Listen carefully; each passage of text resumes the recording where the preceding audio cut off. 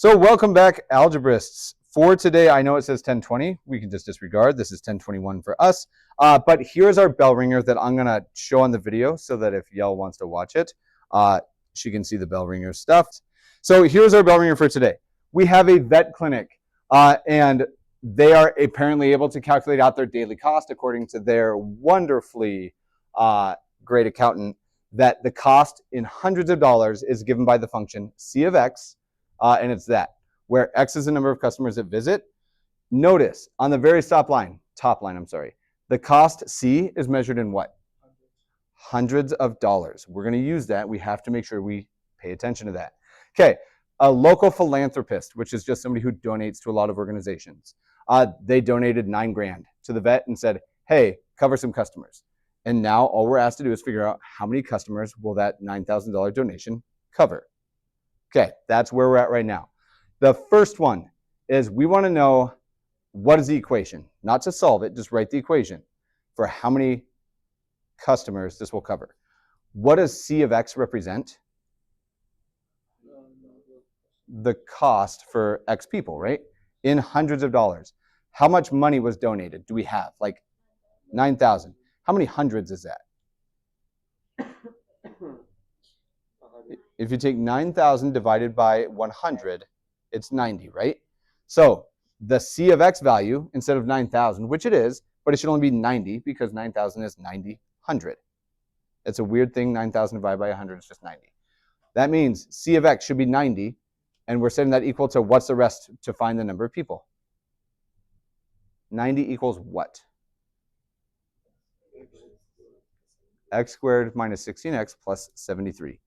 I just wanted to help get that first part, because if we mess up part A, and the only part that people would mess up would be that 90 hundred. It's a weird way to talk about 9,000.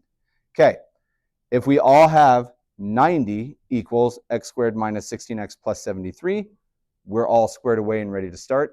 I will show the work here in just a moment, but I want you guys, homework out, I'll come around and check it again and while you guys are working, but I want you to do parts B and C talking together, working independently, talking with me, whatever it is, let's get it. And Yell, if you're watching this, you can work the video, or you can work this, or fast forward, it's up to you, but we'll see the detailed solution in 3, 2, 1. So if we look this out, we already decided right from the get-go, and I'm actually just going to copy and paste so I can work on the other program, because I prefer the other program. Do you guys know what Jeopardy is? Yeah. If we have a review day for stuff, and I'm sure we will, would you have any objections to doing Jeopardy? What is 33? Like, yeah. Oh, are you guys down to try it? Yeah. Okay, cool. We'll try it out. And I think I have it worked out in my head. I just got to write the Jeopardy. But here we go. Okay, we all agree that the equation for this, 90 hundred, I hate that. Yuck. So 90 hundred, so 90, is equal to x squared minus 16x plus 73. That's part A. And I helped, hopefully, everybody have this for part A. On B, we're asked to solve it. And it might not really seem like I have enough room here. I think I do, like legitimately. I need to complete the square. So I have a couple options. What do you want me to do first? 73 squared. Okay, so what square do we want this to be? And I agree with that. 64. Okay, yesterday, if you check your notes, we take b divided by 2 and we square it. Now, there's two ways to do this, and they're the same thing. If Lucy said, can I subtract 73 first? Absolutely, we can. Now, I'll do both of them just to show they're not really any different. If I subtract 73, and you don't have to change yours, but I get 17 equals x squared minus 16x. Okay, to complete the square, I take this number, which is 16. Before I square it, what do? I divide by 2, and I get 8. Why do you divide by 2? So why is a harder question? Because it ensures that we get exactly the same size factor on one side as the other. If we look at our stuff from yesterday, Lucy, and I'll just come over here. I guess I can just go up and over, I imagine. To complete the square, we take b over 2, and we square it. Like, I wish I had a better answer for the because part. There is a bigger answer, but we'd have to dig into like a proof of it.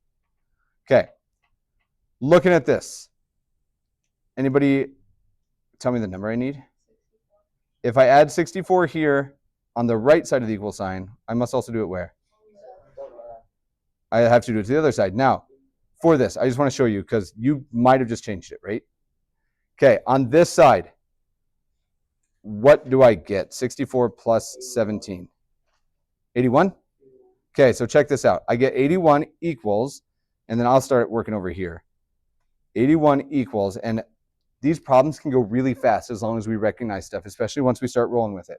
What was the point of me adding the 64? What did it make this? So I definitely had to balance it, but this trinomial specifically, we just made it a what type? Perfect square. Now, do they factor nicely? So if I already know that this is combined to be 81 and I just combine my like terms here, can I just write the factored version of this on the next line? What's the factored version of this? X minus 8. Notice x, the square root of this, the square root of this, and this sign squared. Nope, because I haven't really squared anything. If we FOILed this out, Deck, and that's a great question, do I have to square the other side? No, I didn't really square it. I've just broken this down. I factored it. It's no different than if I had x equals 14, and then on my next line I wrote x equals 2 times 7. I haven't really done anything other than change the way it looks. I just factored it. Okay, if you get here, that's awesome. Now, I do want to highlight the alternative that's going to take us to the exact same spot, so you don't have to erase. Declan, I think, had a different suggestion from the get-go. So I'm going to fix these real quick. I'll just get rid of all this. Instead, could we do that b over 2 part first? Like if I looked at this and I said, what's b? It's still 16. If I divide it by 2, it's still 8, and squared is still 64, right? So instead of thinking about moving this over, is there anything that I could just subtract from here to make this 64 right away? Just minus, I think it's going to be 9. If I take 9 from the right side and I do it from the other side, check this out. You don't have to rechange yours, but I think I get 81 on this side, and I get x squared minus 16x plus 64. Is that exactly what we just had? yeah. You can do it in 2 steps. If it makes it more clear in your head, you can do it in 1 step. They're both fine. Here we are, though. I'm trying to solve for x. What do I do? Where is it stuck right now? So that's a weird question if we don't have it. It's stuck inside of a quantity, parentheses, that are going to do what? It's stuck inside these parentheses that are going to get squared. So it's stuck inside of a square, right? We have to undo this. And you're right. You told me what? Yeah. And how do you undo it if it's stuck inside of this square? So we can't just take the parentheses away. So we can't do that yet either because GEMS or PEMDAS, parentheses, exponents, multiply. I have to do the exponent first. The good news is, how do you undo a square? I'll take the square root of the right side. And when I do the square root here, I have to add something. Plus or minus. And check it out. We get plus or minus. What's the square root of 81? 9. And equals. And if I take the square root of something squared, they just disappear. Okay. At this point, we're 2 steps away if we want to do little steps. What would I add to each side? So I get x equals 8 plus or minus 9. Okay. From here, one of our answers is good. One of them is going to be garbage, and I need your help picking. What's 8 plus 9? 17. What's 8 minus 9? What does x represent in our problem? The number of customers. One of these is garbage. Yeah, you can have negative customers. I did all of A on B. That's my bad. So we got x equals 17 as our solution. Now, with word problems, we want to make sure that any time that we answer, like if I said, what's the speed limit? And you just tell me 10. Does that mean anything? Yeah, right? There's a natural question. So if I said, what's x? And you said 17, does that answer anything in this problem? Not directly. What does this answer mean? Like, how would we make a lazy sentence out of the fact that x is 17? And there's a bunch of ways, right? Like, I started writing the first one. Desi, yours is right. $9,000 will cover 17 customers. Or 17 customers are covered. Boom. It doesn't take, like, I'm never going to judge your stuff as long as there's a context. A simple, whether it's grammatically valid or not, paragraph or sentence rather, explaining what your answer means goes a long way in showing me and yourself, I imagine, how much do you really understand it? Because if you can do the math without a context, cool, that's good, like you've done the hard part, but the context is where math goes from being this abstract idea in here to being like really applicable. Cool. This problem, super hard, super easy, what do you think? It's tough to set up. The 90-100 is the hardest part of this. Cool. All right. So from there then, I'm going to zoom way out here real quick. And we're going to get rid of this guy. And we're going to jump to our notes. Today's lesson shouldn't be crazy. First hour, I don't think had a whole lot of fun today because we bump it up to something in our next section. But I promise there's value to every single thing that we do. Every single thing that we do. Sweet. Okay. Do I prefer exact or approximate answers? Exact, for sure. Okay. So we only have one more little tiny piece of this section, and we'll get quite a bit of time for homework today. We will likely get a head start on the stuff for tomorrow, just purely based off of what first hour thought about it. Cool. All right. So we went through solving some of these guys. Now, this is going to seem completely arbitrary and random, but I'm going to ask just a general question. We're going to talk really quickly about graphing. And I know we've hit it hard. It's been a while, so you're probably kind of rusty. But we're going to be talking about graphing quadratics. Okay. Our quiz that we took, recall, we didn't take a quiz over 2.1, 2, and 3. We only did the factoring quiz. We just wanted the factoring to happen. If it went well the first time, we might have done the big one as a group. And we did do the big one as a group, right? We had a whole day where we just practiced one. That was the quiz for the other one. And then we ultimately just wound up quizzing on the factoring stuff. Cool. So for this, there are two forms that we're likely to encounter a quadratic from. And these, we suppose, can be recall, and we'll hit all of it. But we have two forms of quadratics. I have one form that looks like this, ax squared plus bx plus c. And then we have another form, and I'm just going to leave a little bit of a gap here. We have another form that looks like this, a times, and then in parentheses, x minus h squared plus k. The first little thing that we're going to do is we're going to take like a 30-second pause because I want you guys to talk about it.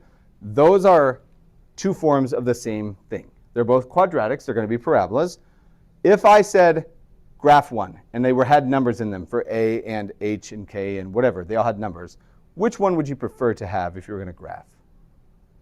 30 seconds, chat with your neighbors. I'm going to ask some follow-up questions about it, so don't just say, oh, it's one because. It's the first one because of this, or it's the second one because of this.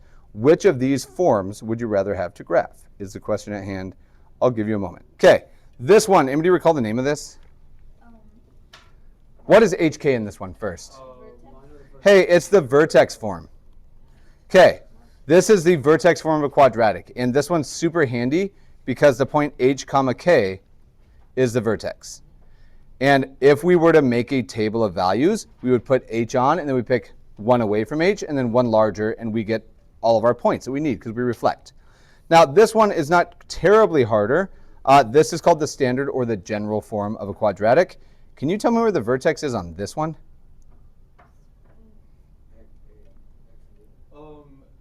B over 2 times A. So you're close. It's negative b over 2a, Yeah. and then y of negative b over 2a. Now, in the end, we could realistically get either of these just as well.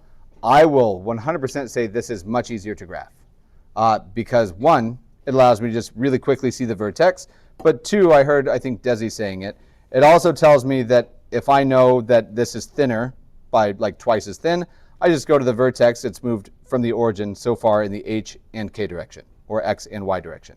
This is much nicer to graph. If you don't remember how to graph them right now, it's not the end of the world because we're not graphing them right this second, but we are going to do a little bit of graphing today, at least one. But this was chapter 2 still. Okay, this one is nicer to graph. Now, unfortunately for us, it's much more common that this standard or general form is the one that typically shows up. And I can't recall if it was in this class or if it was in another, but somebody asked, how do we go from this form to this form? And that's a pretty big question. Going the other direction, it's easy. Just FOIL it out and distribute, and we can go from vertex to general just by multiplying. The other direction, general to the vertex, is much less clear. Turns out you've been doing it. You've done it for days. You just haven't been aware of it. Check it out. To start in with graphing quadratics, we're going to make two statements. First, vertex form is easier. Now that is somewhat subjective, but I think that if you were to poll 100 Algebra 2 students who had this fresh in their minds, they're all going to agree that it's easier to graph in that form, or at least 99 of them will. Okay, vertex form is easier to graph. But there's an issue. And today we're going to be doing the exact same thing we were doing yesterday. What's the whole focus where we do that b over 2 squared thing? What is this called? We're taking a trinomial and we're making it perfect square. That's by completing the square. Okay, that's what we've been focusing on. The exact same ideas show up today, just a slight difference in the way we think about it. So here we go. Looking at this, to move between them, to go between these forms, all we have to do is complete the square. So we're going to make an example, and I'm just going to name this thing write each in vertex form, and then we're going to have one more or two more little follow-ups. So I'm going to give us a quadratic, and I want us to write it in this form. But then I want us to identify, if I say extrema, do you guys recall what that means? Okay. So I'll say identify then the min or the max, and I want us to sketch it. Okay, our sketches are going to be pretty lazy today, just for the record. But we're going to sketch them from our nice vertex form. Okay, right off the bat, we're going to jump in, and we don't have anything else to do. I'm going to annotate like crazy in here, just so you know. Whenever I change color and write a little thing on the side, do you have to have it? No, but I assure you, if there's any part of you that struggles with it, it won't hurt. So here we go. Let's start with a nice one. We're going to do some weird stuff in this problem that you've never seen. Okay. Do you want y equals or f of x equals? Okay. Let's say y equals, we'll do it x squared plus, I don't know, 10x minus 3. Okay. I'm going to ask a couple questions just before we start. Here's the rule. You only get like 3 seconds maximum before you have to say your answer. If you don't say an answer, I'm just going to assume you couldn't do it in 3 seconds. Okay? Does this parabola open up or down? Up or down? Why do you think down? Here's up. What's A? It's positive, so it's going up. It's up. It is up. It does this, which right off the bat, it has a minimum or a maximum if it opens up like this. Does this thing? Oh, minimum. It has a minimum, and it happens at its vertex, right? Okay, last question. 3 seconds. What y value is the minimum? What is the minimum y value of this function? It's not negative 3. It's not 10. Are you guessing at this point? I thought it was one of the two. Well, you'd have to figure out what's negative b over 2a, and then you'd have to plug it back in. Nobody can do that in 3 seconds. You could do it, and I think Deck is already doing it. But here's the deal. If we don't want to do this, we're going to take a different approach. Now, this works. It's ugly, it's gross, but it works. This is much nicer. Let's figure out how we get here. So, check it out. We're going to look at this, and we're going to just immediately start in. For this, I want to go and make a perfect square trinomial. So, I'm just going to make a little comment. To be, and I'm going to write a PST, which what's that short for? To be a perfect square trinomial, the last number, or the constant, is how we regularly refer to that because there's no variable in it. It doesn't vary, it's just a constant. The constant must be, and then remember we take b, we divide it by 2, and we do what to it? Square it. So help me do that with this particular problem. What is b in this one? 10. Over 2 gives me what number? 5 squared is 25. I need that last term for this particular problem to be a 25. Is it a 25 right now? No. Well, that sucks. Bummer. Could we make it a 25? Yeah. How? Minus 0. So love that. Can you say that louder, Deck? Add 25 to both sides works really, really well if we have a number on both sides. Like before on the problems we did yesterday, we had 5 equals something or 0 equals something, right? Like we always had a number over here. All of a sudden we have a variable. Here's the weird thing that we're going to see. I don't really want to add anything to this side because I still want to end up with a y equals. I don't want to have to add something over here. So here's the weird question. What can I add to something that doesn't change it? I can't add 1 because 5 plus 1 is 6. That's not 5 anymore. I could add 0. You multiply by 1 to keep it the same. That's called the identity in multiplication. Or you can add 0. That's the identity with addition. Do you guys agree with that statement? Okay, so we could add 0 to this. Now, I'm only doing it because I don't want to have to add something to the left side because there's a y there. There's no number to make sense of. So give me 1 second. These ones, they're differently worded. It's the exact same concept. Sketch a graph, and I'm going to give you the first one for free. Show me with your hands a jump discontinuity. Cool. You could draw that graph. Cool. All right. It's a check to make sure you're not just trying to memorize the wordings, but it shows that you really understand what it means. Cool. All right. So everybody agree we could add 0 and it doesn't change? Yeah. And it's weird, but we could. Check this out. I want this to be a 25. What do you want me to add? So I don't want to add 25. I'm going to add a choice of 0. Let me rephrase this because there's a bunch of different pieces. What would you add to this to make it turn into a 25?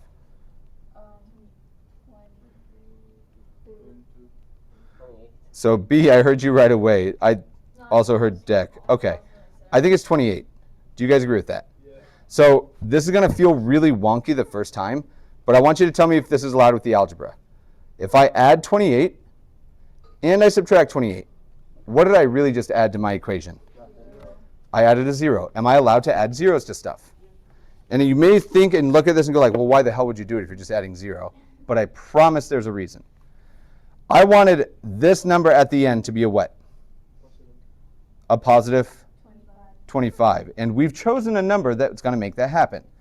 We're going to rewrite this expression, and I'm not going to keep switching colors, not yet.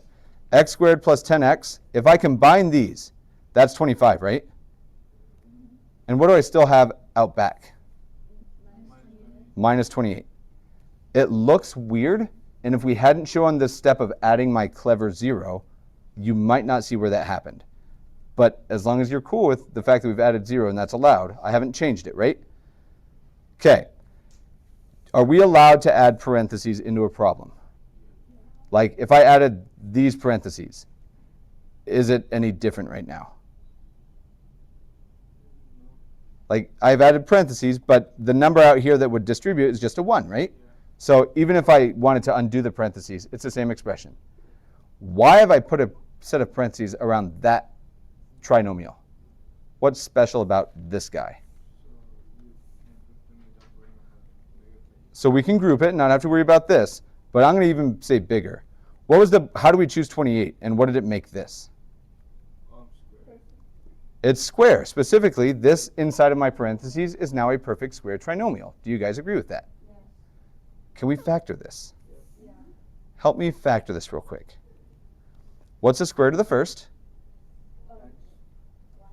1x. What's the square root of this 25? 5. And what's the sign in between them? If I write it like this, there's only one little thing I've forgotten here. Deck, if you're zoning out, I'm going to encourage you to come back. What's the only thing I need outside still? Now check it out. It's still all equal to y. I haven't been writing it the whole time. But notice, you guys were not able to tell me what the vertex was in a 3-second question before. And I know that this took a little bit longer. Can you tell me the vertex here? 5, You're so close. no, it's -5. -5. It's the opposite of this one, because we said equal to 0. But -5, and what's the smallest y value we ever get to? It's at the vertex, right? Because it opens upward. Now, for this, by doing this little trick, I legitimately and wholeheartedly think it's easier and I'm less likely to make a mistake doing this than I am by trying to calculate out this guy. Now, this makes mistakes all over the place. If you mess up your negative, you're done for. If you hit the wrong button on your calculator, you're done. You're done. Cool. As we look at it, let's answer the last two questions. Min or max? This is vertex form right away. It has a minimum. What is the smallest y value we ever get to? 28. And I'm going to say y equals negative 28 to be really specific. When x is equal to what? Negative 5, because it's my vertex. It is the same question as my vertex. And really quick and easy sketch. Check it out. Before we do anything, because I don't want you to like go crazy on this. Can we all agree that the parent quadratic, just x squared, looks like this? This thing has moved 5 left and then down 28. Everybody agree with that? That's like, if I look at the transformations, it's just moving my vertex. And I'm going to actually copy this over here so I can do it nicer. So here's a graph of x squared roughly. And I'll just do it here because it's easier to move. Okay, if this is what x squared looks like, and I were to move it 5 left and down 28, is this now my graph? Yeah. And we have it. So much easier to graph this, at least if it's a sketch. If you said sketch this hallway, not a clue. Like, I'm going to go to 0, negative 3, and that's really the only point that I'm going to get. This is a huge time saver regarding graphing, things like that. Did you guys hear something? No. Okay, way to not, I don't know if you knew I was kidding or not. I think Beatrice knew. I feel like you guys might have thought I didn't really hear it. Okay. I was just being like, no. Yeah, okay. Either way, if it was you thought I was kidding or you're just defending a classmate, I like it. Cool. All right. Is sketching this noticeably easier? Yeah. Anybody not feel like it's really that much easier to sketch it? Is this easier to sketch in this form? Yeah. Okay. Cool. Should we do another one? Do you guys want to try equal difficulty with your neighbors and such? Yeah. Neighbors? Yeah. Okay. Remember, if I'm moving and I'm next to you, I'm kind of like everybody's neighbor in here. Cool. So here we go. On this one, I want x squared plus, I should have made it minus, but we're already committed, 20x minus 4. I want you to write this thing in vertex form by completing the square. I'm going to give you guys a head start. I'll be walking around so you can ask questions and stuff. Just for the record, if I'm ever coming around and it's not paused, but you don't want to hear our like private conversation, just tell me and I can mute this. Cool. But I will pause it and yell. You will see a detailed solution in 3, 2, 1. If you have a weird time with this first part, I have no issue if we just take one little extra step in between, and it's not even really that big of an extra step, but I'm just going to leave an awkward gap here. What do I want this number to be? Do we decide? I'm pretending like this just isn't even here. I'll even put it out here. We want it to be 20 divided by 2 is 10 squared is 100. Now, this first little part, and if this is where you're struggling, check it out. I just left an awkward gap, right?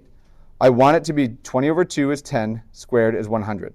I have no issue, and I almost prefer, if I add my 100 and subtract my 100 right here. Now, if you wanted to do the 104 idea, that's fine, because it works out. I bet you got a 100 and a minus 96. Just kidding, minus 104.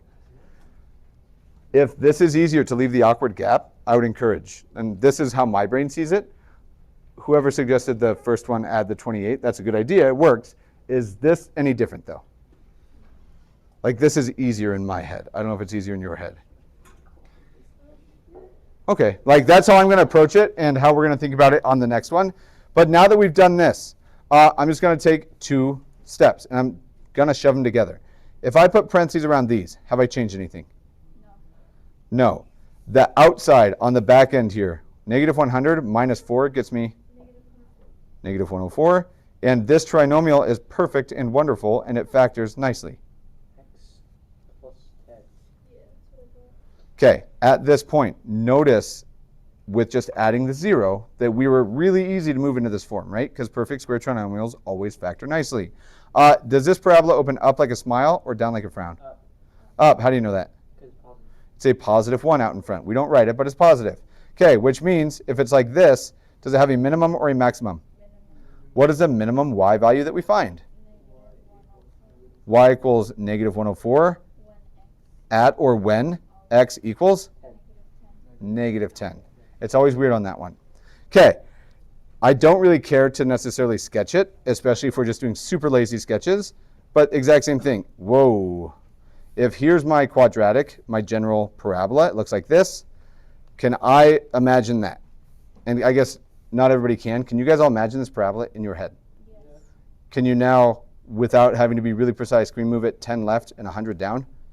Yeah. And look at that. There's my sketch. I have it. It's already done. Okay. Should we bump them up a little bit? Sure. I guess you can, everybody can answer whatever your heart desires. The answer is yes, but I appreciate the illusion of choice. Cool. Every single perfect square trinomial that we've done up to this point has had something really nice in common.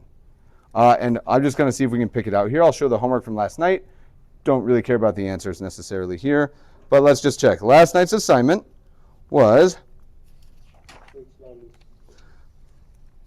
and I just want to look, I'm only going to look at the x squared terms. What's the coefficient here? The leading coefficient. 1. How about on this one? 1. 1. On this one it was a 2, but you could immediately divide by 2 and make it nice, and you probably did. This one was a 3, but a 3 went into everything. Every single problem essentially had a leading coefficient of 1 or was a greatest common factor away from it, right? Both of the examples that we just worked, what was the leading coefficient? 1. What do you think we're about to do? 2. Something not 1. Like that's it. So this one is where all of our real annotations are going to happen. Here's example C, and it's so special that we get its own name. Leading coefficient on this one, not 1. Now, we want leading coefficients of 1. They make the completing the square really convenient, really nice. If it's not a 1, we're going to do anything and everything that we can to make it a 1 every time. So with this, there are multiple approaches. I'm going to show you the way that the book presents it, the way that I present it, with the understanding that you may be able to work out a slightly different way to do these. Okay, if you just use this method, it will work. It's exactly the method that I use, but let's jump in. Let's say it's 2x squared plus 6x minus 4. Okay, we're going to see some wonky stuff here. First thing that I'm going to do is I'm going to notice, what is my leading coefficient of 1? Dang it, what is my leading coefficient? 2. It's a 2. What do I want it to be? 1. So what could I factor out to make it a 1? Just divide by 2. By 2. Now, here's the weird part. This number, coincidentally, we're going to do something before you commit to it, Deck. We're going to factor a 2, and it's 2 because it's a leading coefficient. Factor the, or a2 rather. And here's the weird part. From only terms with x. Okay. Now on this one, I should have picked an odd number here that made it ugly. We can keep it a 4. We can change it to try to convince you that we don't want to take it out of here. Can I change this to 41? Can we all change it to, like, you don't even have to erase, just 41. And the only reason that I changed minus 4 to minus 41 is because if you were tempted to factor a 2 out of all of them, does this have a 2 that goes into it nicely? 20.5. You get 20.5, and it's kind of ugly though, right? Like compared to not a decimal. Now, we're only going to factor it out of the x terms. With that, let's start kicking. Here we are. I'm going to factor a 2 out of just the x terms. Here it is. If I factored a 2 out of this, what does it leave behind? Squared plus X squared plus 3x. Notice I didn't factor the x, I just did the 2. And the still on the outside is minus 41. Now, when you actually do these problems, I would put step A and B in one line, and I'm just going to use this to talk about, okay? Step A, step B. Or I can do 1 and 2 if you'd rather. Where did the 41 come from? So, like, because you have a 4 on your page, I changed it to a 41 just to make it so that we wouldn't try to factor the 2 out of here. I added it. It just came from the original problem, just added it to be a 41. Okay, it didn't magically show up other than I wrote it. Okay, all right, now on, and I lied, I'm going to call this 1 and 2 because I already have A, B, and C in those letters. So here's step 1, step 2, step 3, right? Okay, on this step, I'm going to completely rewrite this with a really awkward gap inside of my parentheses. What I mean by that is we'll do the same thing, 2x squared plus 3x. Here's an awkward gap, minus 41.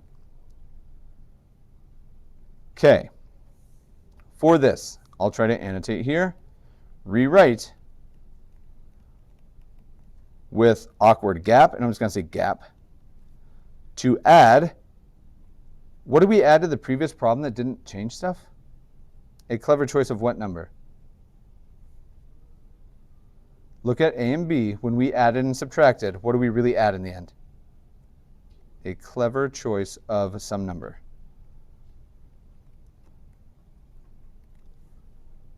And we'll pause here. I'm just going to scroll up just a little bit. On B, what did I add? A clever choice of what number? 100. So I added 100 and subtracted 100. What did I actually add? 0. A 0. If we look at A, we'll just slide over. I don't know where A went. Must be down here. What did we add to this one? 28 and subtracted 28? It was just a 0. What do you think we're going to put in this awkward space that we left? 0. A clever choice of 0. Now, specifically, we want a nice choice of 0. How do we decide what we're adding when we're completing the square? You take B and do what to it? We can't. We will. You take B and you do what to it? Half of it. You cut it in half. Now, check it out.